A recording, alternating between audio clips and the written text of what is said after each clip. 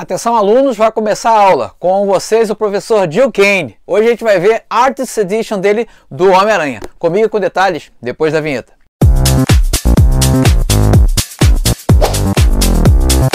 Saudações artistas aspirantes de todo o planeta! Hoje tem aula de desenho com o professor Gil Kane.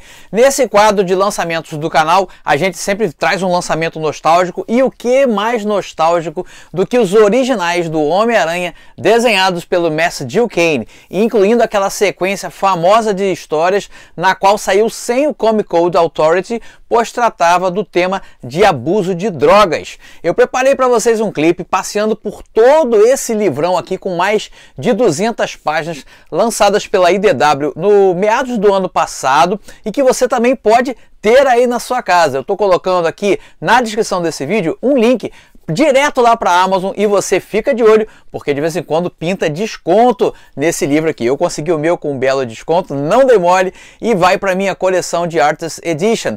Se você está chegando aqui agora e não sabe o que é uma Artist Edition, aqui eles fazem a captura dos originais do artista sem nenhum tratamento. Claro, tratamento para imprimir sim, mas você vai ver exatamente as pranchas originais digitalizadas e você vai ali, consegue pegar detalhes de esboço feito com grafite azul, você consegue ver pequenas correções feitas com guache, você consegue ver as nuances do nanquim sobre o papel. É tudo uma delícia para quem gosta de quadrinhos e para quem gosta de desenhos. Então a gente vai agora direto para o clipe, sem mais delongas. Vocês vão observar com detalhes todas as 200 páginas desse livro de um dos artistas mais importantes dos quadrinhos de super-heróis de todos os tempos. Dono de um traço super elegante, super dinâmico, de uma narrativa, diria, perfeita. Gil Kane, senhoras e senhores, com vocês. Acompanhe o clipe, no final do vídeo eu estou de volta para mais um recadinho. Vamos folhear juntos Gil Kane, The Amazing Spider-Man Artisan Edition. Gil Kane, que é considerado um artista de artistas, ele é usado como referência, como estudo. O cara, além de desenhar uma enormidade, era um erudito de quadrinhos, entendia muito da técnica, da teoria. Ele nasceu como Eli Katz, né, o nome de batismo, mas ficou conhecido, famoso pelo nome artístico de Gil Kane. Nessa sequência de histórias desse Artist Edition que a gente vai ver aqui hoje, estão algumas das mais importantes na história dos quadrinhos do Homem-Aranha, incluindo aquela sequência que saiu sem o Comic Code por tratar do tema de drogas. Bom, essa edição tem 200 páginas, ela foi publicada pela IDW nos Estados Unidos em julho do ano passado, e ela vai compilar as edições do Homem-Aranha número 96, 97, 98, 99, 100, 101, 102 e 121, além de uma seção com extras, incluindo capas e outras sequências narrativas. A primeira história que a gente vai ver nessa edição é aquela na qual o Homem-Aranha está retornando da Europa. Ele teve um combate com o Hulk, e aqui já começa então essa sequência de histórias do Gil Kane. Aqui a gente ainda tem a arte final do John Romita, que é um plus. Então você tem dois dos maiores desenhistas de quadrinhos de super-heróis da história trabalhando juntos. Gil Kane e John Romita, arte finalizando o desenho do Gil Kane. O Gil Kane, ele tem, assim, para mim, a lembrança que eu tenho das histórias do Homem-Aranha é a grande capacidade de imersão nas histórias que ele tinha. Você esquecia que estava lendo um quadrinho e participava efetivamente das histórias, e isso é graças a essa técnica narrativa que te faz imergir totalmente nas histórias. A qualidade do desenho dele, a parte técnica, né, é extremamente eficiente no tocante à anatomia dos personagens, é muito bom. Além disso, toda a parte de dinâmica, o movimento dos personagens, eles parecem estar em movimento o tempo inteiro. Essa aqui é a primeira história da sequência de 3 edições do Homem-Aranha, na qual o Stan Lee havia sido... não é bem uma encomenda, mas ele havia solicitado que ele abordasse esse tema, né, do uso de drogas, justamente pelo Homem-Aranha ser um título muito lido por universitários, né, o público que estaria assim, suscetível ao consumo de drogas. Então Stan Lee cria essa sequência de 3 histórias, só que havia um probleminha. O Comic Code Authority não permitia que esse tema fosse abordado nas histórias em quadrinhos da época.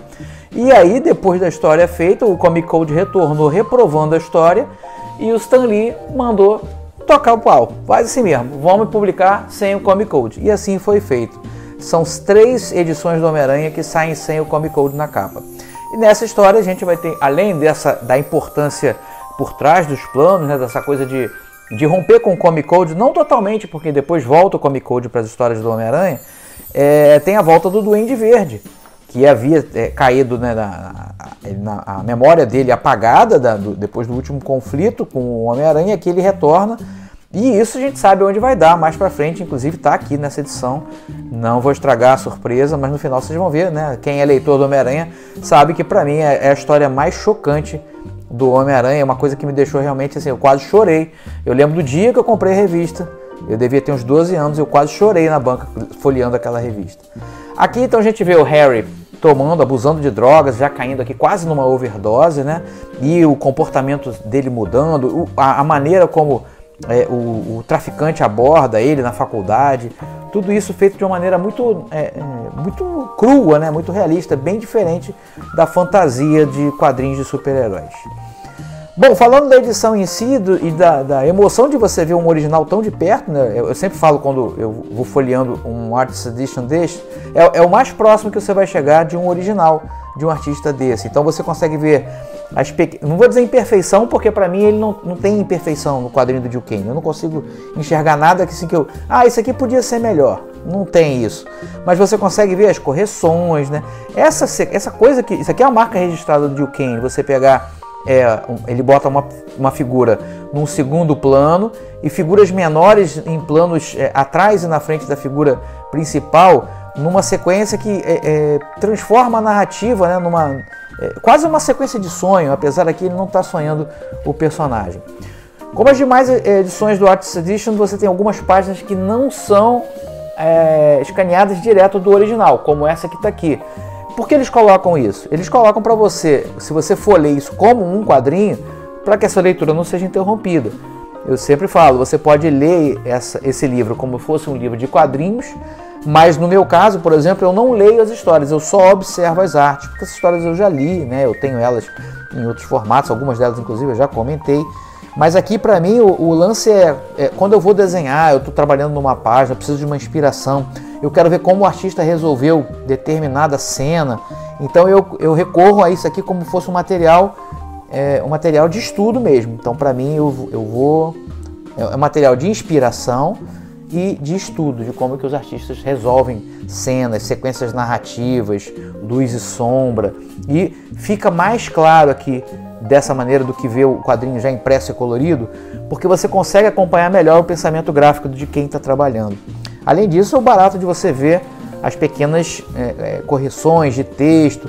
Ao contrário das outras Artist Edition, nessa eu não consigo ver os pequenos anotações, né, que vinham. Uma coisinha ou outra você ainda vê, mas parece que tem bem menos interferência.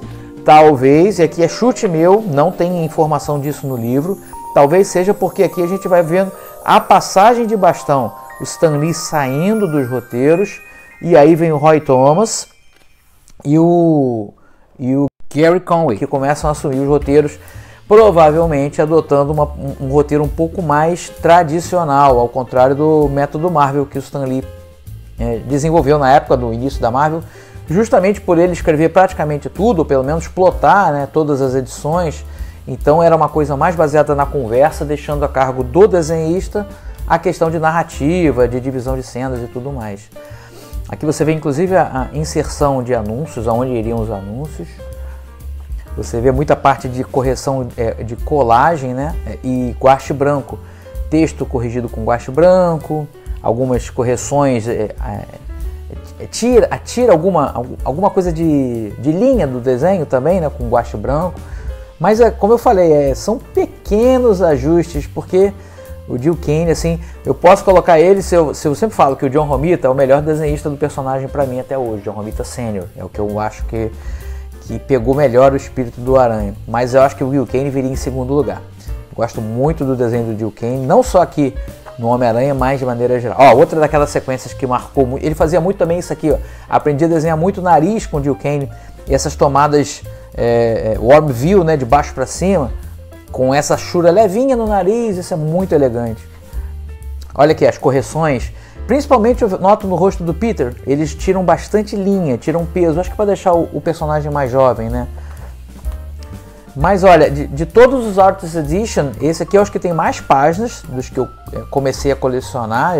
Eu já tenho do Jack Kirby, eu tenho do John Romita, eu tenho do John Buscema, eu tenho do Jack Kirby eu falei, não tem aquele do agente da S.H.I.E.L.D., Nick Fury. Ó, aqui, aquela sequência de histórias onde o Homem-Aranha fica com... muito doido isso aqui, mas com 6 braços, né? E era uma história de terror, né? Na verdade, aqui é uma história de horror, inclusive aonde vai ter um vampiro, vai ter o lagarto. É tipicamente uma história de horror B, né? De cinema de horror B. É aqui adaptado para o quadrinho do Homem-Aranha. Mas eu tinha medo disso aqui. Eu lembro que eu ficava com medo do Morbius, né? Eu já comentei do Morbius aqui no canal também. Mas olha só o jeito que o Gil Kane desenha. Ele desenha de uma maneira extremamente monstruosa, né? É bem diferente de um... Ó, o aspecto animalesco realçado aqui na expressão do personagem, bem parecido com o morcego. E essas splash pages aqui, geralmente com um escorço visto de baixo para cima, trazendo o personagem bem próximo ao leitor. Tem vários splash pages assim. Aqui, ó. Essa é a sequência que eu falei depois, que vai ter o combate de monstros. Na verdade são 3 monstros aqui, que o Homem-Aranha tá praticamente um monstro de 6 braços aqui. Nessa sequência de história também memorável. E o Morbius, que acabou ganhando até filme, né? Que eu ainda não assisti, mas tá aí o personagem que tá reverberando até hoje. Bom, você que é fã do Homem-Aranha, ou você que é fã... Aqui, outro splash page daquelas. Você que é fã do Gil Kane, eu acho que assim, se você pudesse investir um dinheirinho nisso aqui, é uma coisa que vai te dar uma satisfação muito grande de você poder estar tão pertinho do original. O original dele é tão limpo, assim, eu digo assim, do original dele e do arte finalista também, mas eu acho que a arte do Gil Kane é tão sintética, é um cartunesco no bom sentido, que a gente consegue, eu acho que assim, fica difícil para o arte finalista imprimir alguma coisa de personalidade, porque o desenho dele praticamente não deixa margens à interpretação, é um desenho muito fechado, mas a gente tem aqui que ressaltar, aqui é o Frank Giacoia na arte final, você tem que ressaltar a qualidade do arte finalista em fazer uma arte final também muito limpa, né? Acompanhando esse traço limpo do Gil Kane.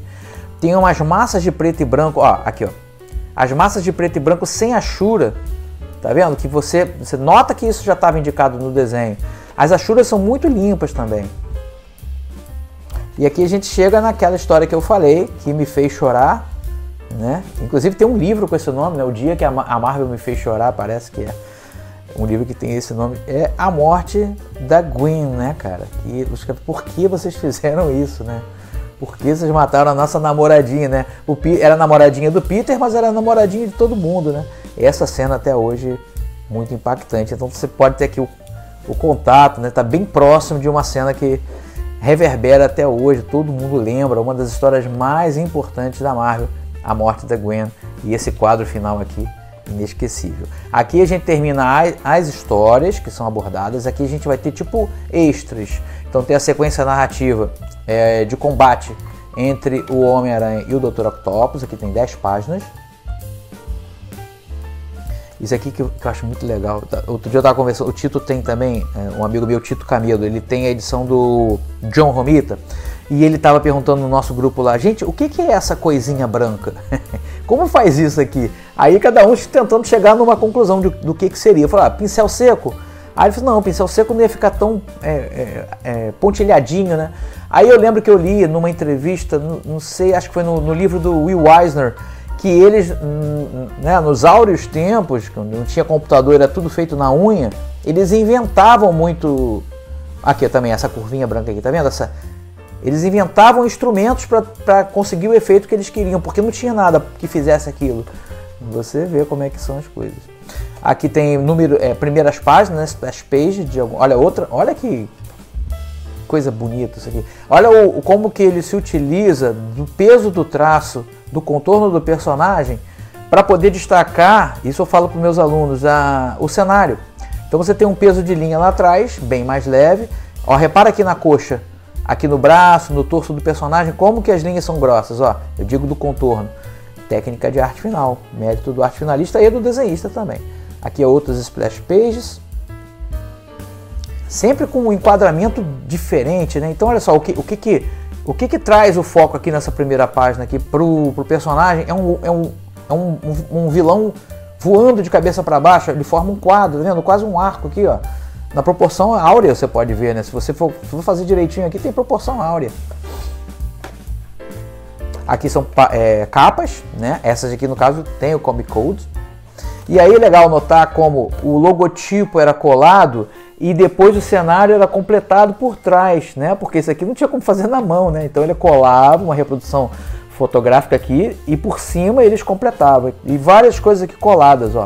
O balãozinho colado, esse aqui colado por cima da arte do Gil Kane. O amarelado das folhas também é legal de ver, né? Como que o papel envelhece. Bom, é uma viagem no tempo, né?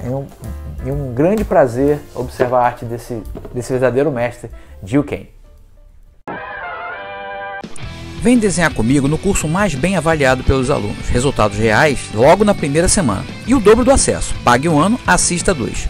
Todos os fundamentos para você criar seus próprios personagens. E 15 dias de garantia total. Clique no link para saber mais.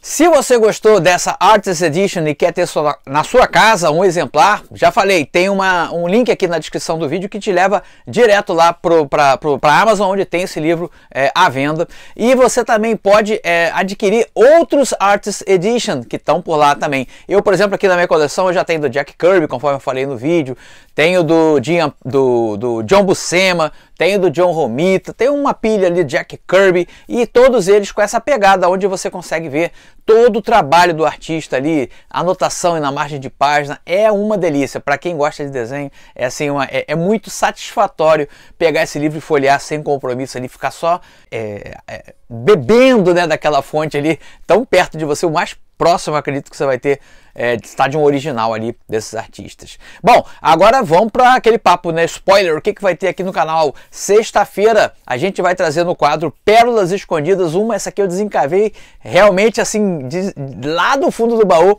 Eu vou falar de uma história que saiu aqui na Espada Selvagem de Conan, número 72, mas não é uma história do Conan, é uma história desse sujeito aqui do lado, Gil Kane, Solomon Kane, Kane tá na cabeça, Solomon Kane. E a gente vai ver a história do Solomon Kane, o puritano criado por Robert E. Howard, contra o Drácula. A história tá muito maneira e você não pode perder sexta-feira a partir das 6h15. E sábado eu tô de volta com aquela aula de desenho, a estreia do quadro, o novo quadro de desenho aqui do canal, Como Desenhar. E aí tá tendo uma votação lá na comunidade do canal, você passa lá e vota. As pessoas estão escolhendo qual o personagem que eles querem aprender, como desenhar o Homem-Aranha ou como desenhar o Batman. É a primeira enquete desse quadro, estreia sábado 10h30 da manhã.